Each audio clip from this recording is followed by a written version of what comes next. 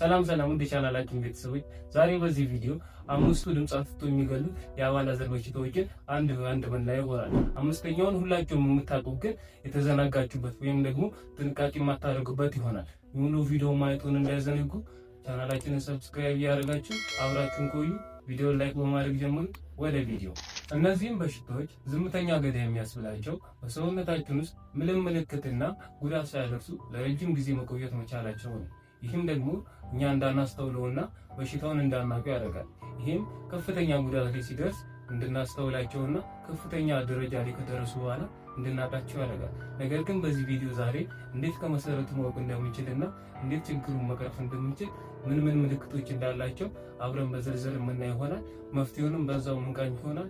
ቻናላችንን ሰብስክራይብ ያደርጋችሁ ቪዲዮን ላይክ በማድረግ ጀምሩት። ወደ ቪዲዮ። በስፋትና በዝርዝር ከምናያቸው አምስቱ የአባላዘር በሽታዎች መካከል የመጀመሪያውና አንደኛው ጨብጥ ነው። ጨብጥ በዓለም ደረጃ ታዋቂ ሲሆን ይህም በባክቴሪያ የሚመጣ ኢንፌክሽን ነው። ወንዶችም ሴቶችም ላይ ሊከሰት ይችላል።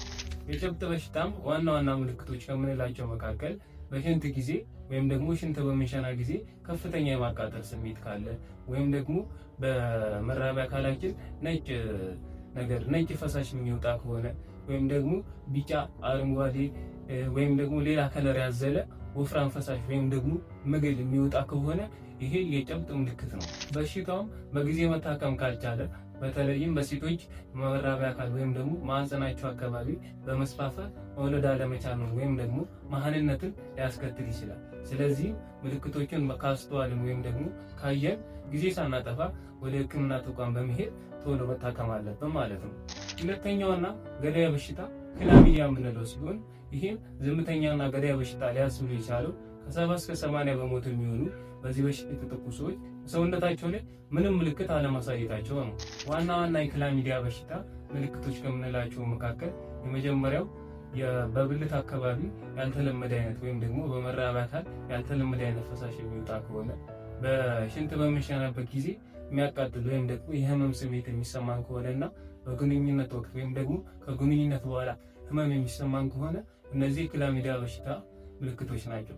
ይህም በሰውነታቸው ላይ ካስተዋልን ቶሎ ወደ ሕክምና ተቋም በመሄድ መታየት ወይም ደግሞ መታከም ያስፈልጋል። ሶስተኛውና ገዳይ ከምንላቸው በሽታዎች መካከል ኪንታሮት ወይም ደግሞ በሕክምና ስም አጠራሩ ሲፊሊስ የምንለው። ይህም በሽታ በደረጃ የሚያጠቃ ሲሆን የመጀመሪያ ደረጃ ላይ ክብ ነጠላ ቁስል በመሆን ሰውነታችን ላይ ይወጣል። ይህም ምንም አይነት የህመም ስሜት የማይፈጠር ሲሆን ሰዎችም ያንን በሚያስተውሉበት ጊዜ ምንም አይነት የህመም ስሜት ስለማይሰማቸው ችላ ይሉታል። በራሱም ጊዜ ሊድን ስለሚችል ወይ በራሴ ጊዜ ዳንኩ ብለው በመዘናጋት ችላ ሊሉት ይችላል። ሁለተኛ ደረጃ ላይ ግን ውስጥ ላይ ወይም ደግሞ በደማችን ውስጥ በመስፋፋት የእጃችን መዳፍ አካባቢ ሽፍታዎችን ሊያሳይ ይችላል። ከፍተኛ ደረጃ ላይም ሲደርስ ልብንና አእምሮን በማጥቃት ሊገል ይችላል። አራተኛውና ዝምተኛ ገዳይ በሽታዎች ከምንላቸው መካከል አንዱ የብልት እርጲስ ወይም ደግሞ በሕክምና ስም አጠራሩ ጀንታል እርጲስ ሲሆን የዚህም በሽታ ምልክቶች በብልት ዙሪያ ትንንሽ እብጠቶች ያሳየናል። እነዚህም እብጠቶች ፈንድተው በጣም የሚያምና የሚያቃጥል ቁስል ይሆናሉ። ልብ ማለት ያለብን ነገር ግን ይህ በሽታ አንዴ በሰውነታችን ውስጥ ከገባ ፈጽሞ ሊጠፋ አይችልም። ነገር ግን ቁስሎቹን በመድኃኒት ማስታገስ ወይም ደግሞ ቁስሎቹን ማሻር ይቻላል። ነገር ግን ፈጽሞ ሊጠፋ አይችልም። ስለሆነም የዚህም በሽታ ምልክቶች በሰውነታችን ላይ በምናይበት ጊዜ ቶሎ ወደ ሕክምና ተቋም በመሄድ መታከም ያስፈልጋል።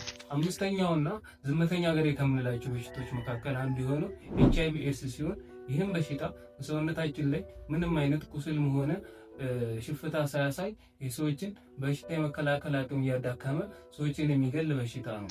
የዚህም በሽታ የመጀመሪያ ምልክቶች ከምንላቸው መካከል ቫይረሱ በገባ በሳምንቱ ሳል፣ የሰውነት ትኩሳት፣ የጉሮሮ መክሰል የመሳሰሉ ምልክቶችን ያሳያል።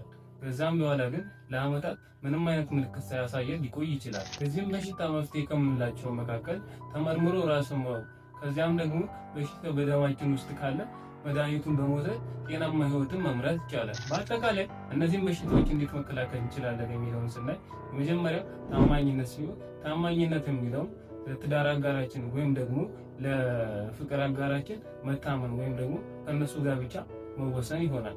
ሁለተኛው ደግሞ ኮንዶም መጠቀም ስንል የትኛውንም ግንኙነት ከተቃራኒ ጾታ ጋር በምናደርግበት ሰዓት ኮንዶም በመጠቀም ከኢንፌክሽኖች፣ ከቫይረስ፣ ከተለያዩ በሽታዎች ራሳችንን መጠበቅ ወይም ደግሞ መቆጠብ እንችላለን።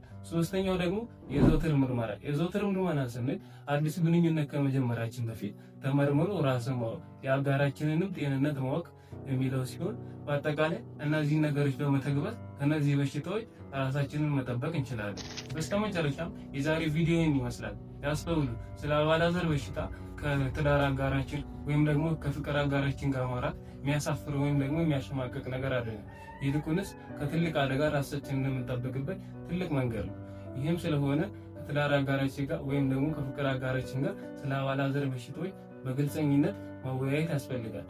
ከዚህም በፊት የሰራነው የብልት አካባቢ ቁስል የተሰኘ ቪዲዮ ካላያችሁ ገብታችሁ በማየት ቻናላችንን ሰብስክራይብ በማድረግ ቪዲዮን ከወደዳችሁ ደግሞ ቪዲዮ ላይክ በማድረግ ቤተሰብ ይሁኑ። በቀጣይ ጤና ቪዲዮ እስክንገናኝ ጤናችሁ ይብዛልኝ። ደህና ሁኑ።